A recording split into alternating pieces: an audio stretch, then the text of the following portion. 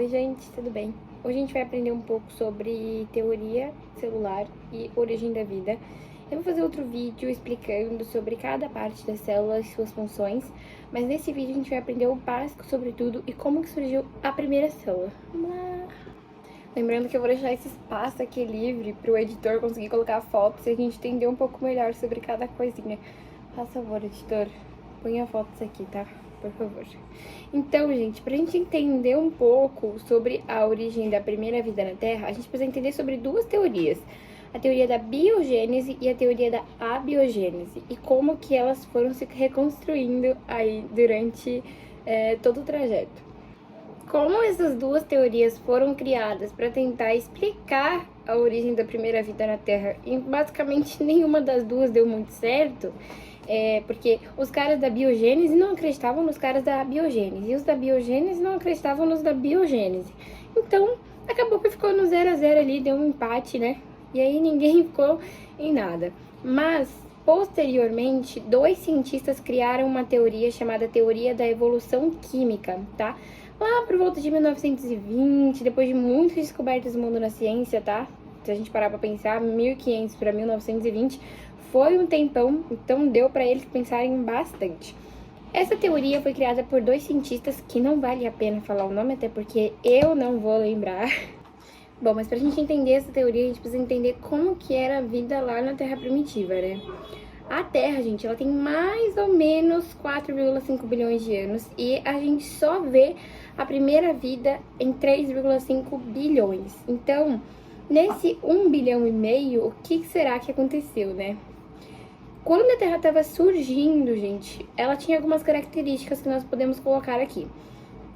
Ela não tinha a camada de ozônio, então ela tinha constantes ataques de radiação, tá? Porque é a camada de ozônio que protege a gente de tudo isso.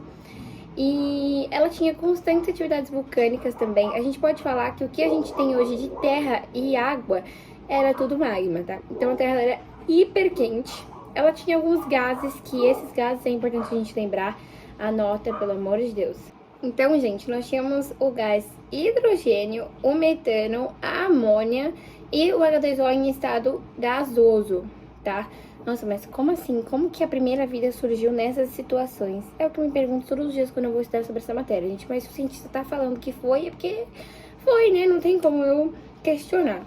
Então, gente, essa era basicamente a composição da nossa atmosfera na época, tá?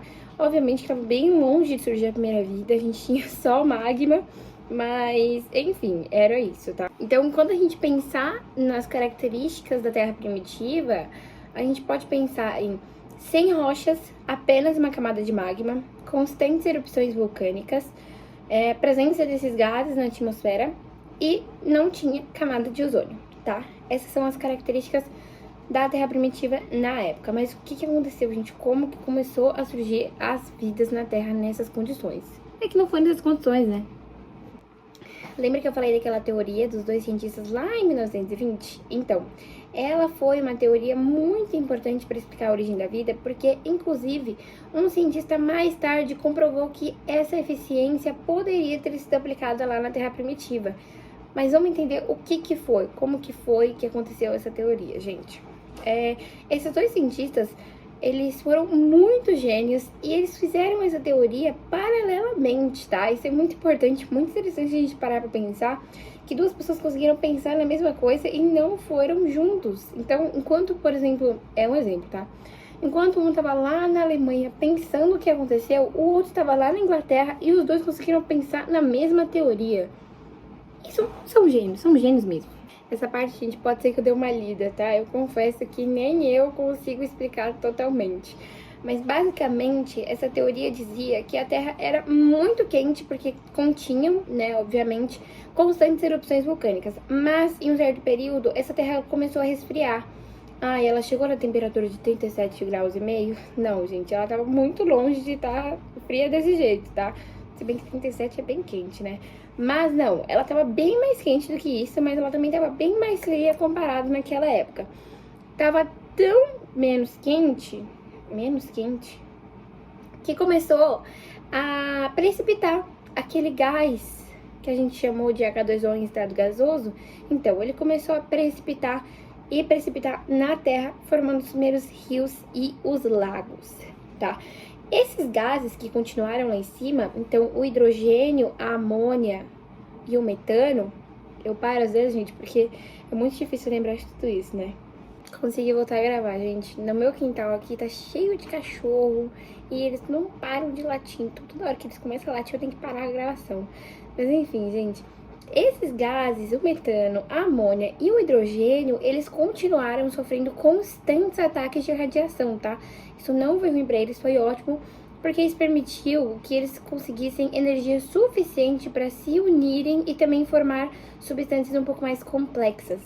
Eles também sofreram precipitação, isso significa que eles acabaram ficando nos leitos dos mares e dos rios, tá? Ai, gente, tem problema no coração, eu tenho que respirar, porque me dá falta de ar. E essas moléculas que foram acabando no leito dos rios, elas formaram um grande caldo nutritivo, que é assim que os cientistas chamam, olha que bonito, um caldo nutritivo.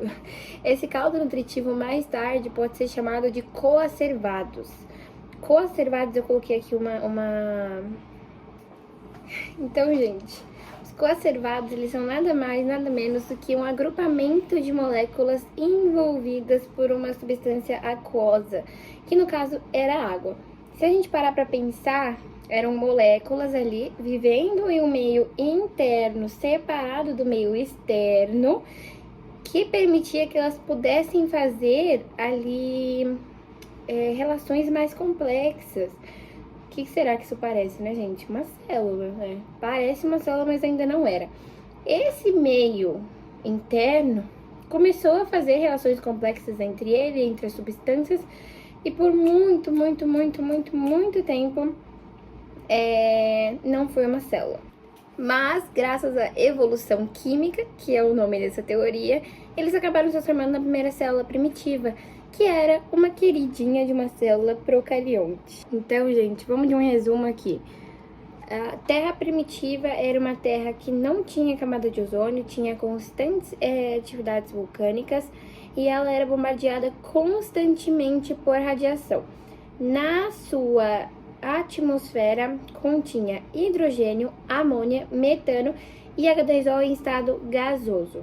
Aí veio a evolução química, que permitiu que nós entendêssemos que a Terra, com o processo de resfriamento, teve a precipitação da água, formando os primeiros rios e mares.